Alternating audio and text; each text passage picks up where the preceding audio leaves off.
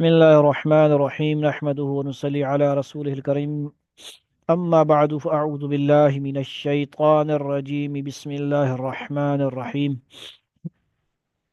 वरत्तिलिल क़ुरआन तरतीला सदक़ल्लाहु मौलाना अज़ीम।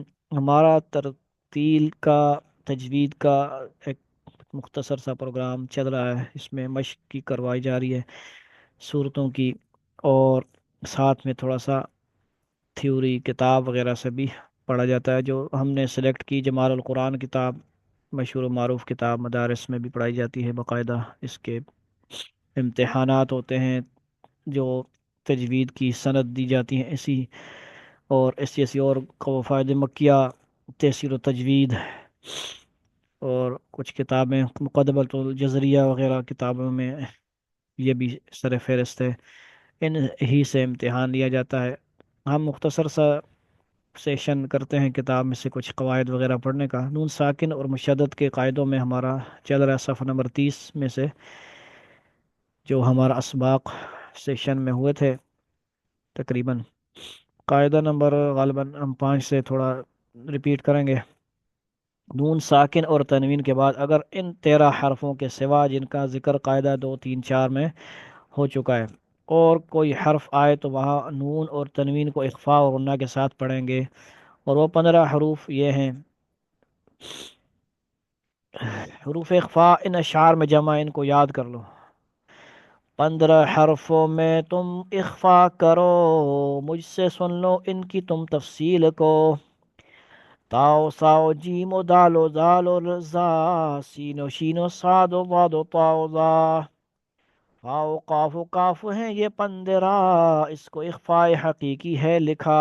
सुबहान अल्लाह, माशाल्लाह। इसकी हमने पीडीएफ और पीजीएनजी पिक्चर भी बना ली, इसको आप ले सकते हैं।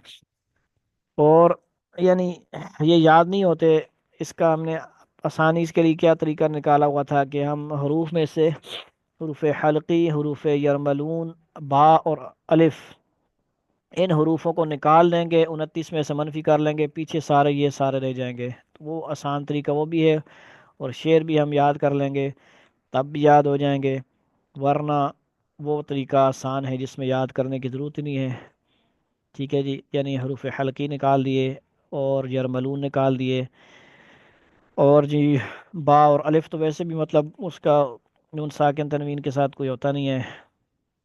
ठीक है जी, उसका कायदा मतलब अप्लाई वगैरह नहीं होता। तो ता, सा, जीम, दाल, दाल, जा, सीन, शीन, साद, वाद, ता, वा, फा, काफ, काफ, इन्हीं को अशार में भी उन्होंने लिखा। और अलिफ को इसलिए शुमार नहीं किया कि वो नून साकिन के बाद नहीं आ सकता। नून साकिन के बाद नहीं आता, नून साकिन पर तो आता है, जैसे बाद और ज़बर बन होता है।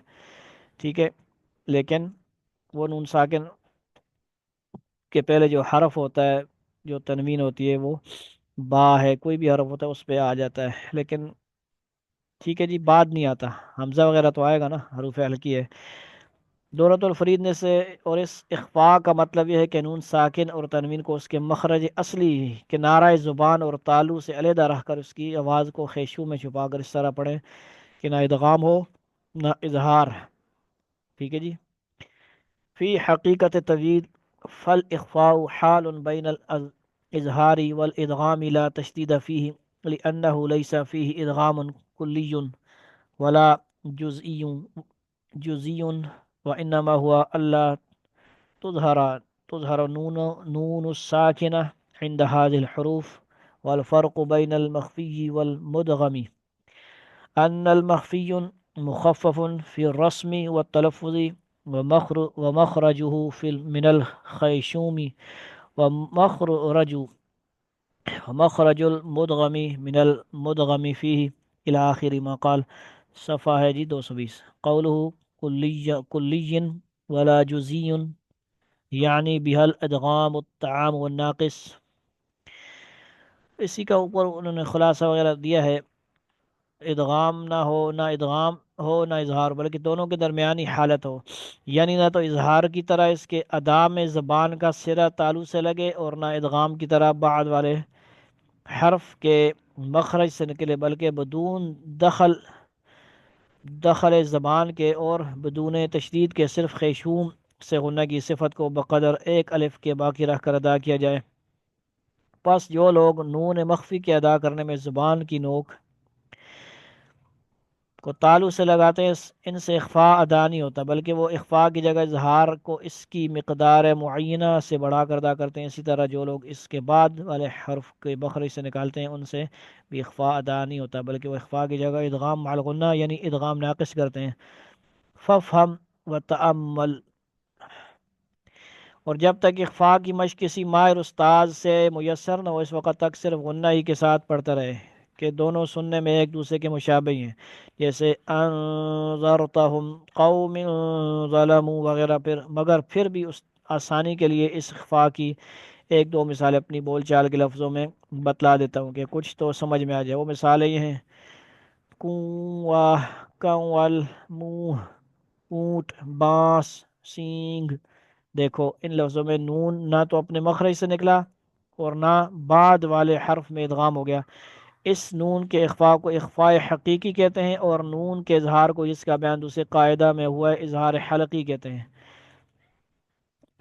اور جس کا بیان تیسرے قاعدے میں ہوا ہے، اظہار مطلق کہتے ہیں۔ جس طرح میم کے اخفاء و اظہار کو شفوی کہتے تھے، جس کا بیان نویں لمعہ کے دوسرے قاعدہ میں گزرا ہے۔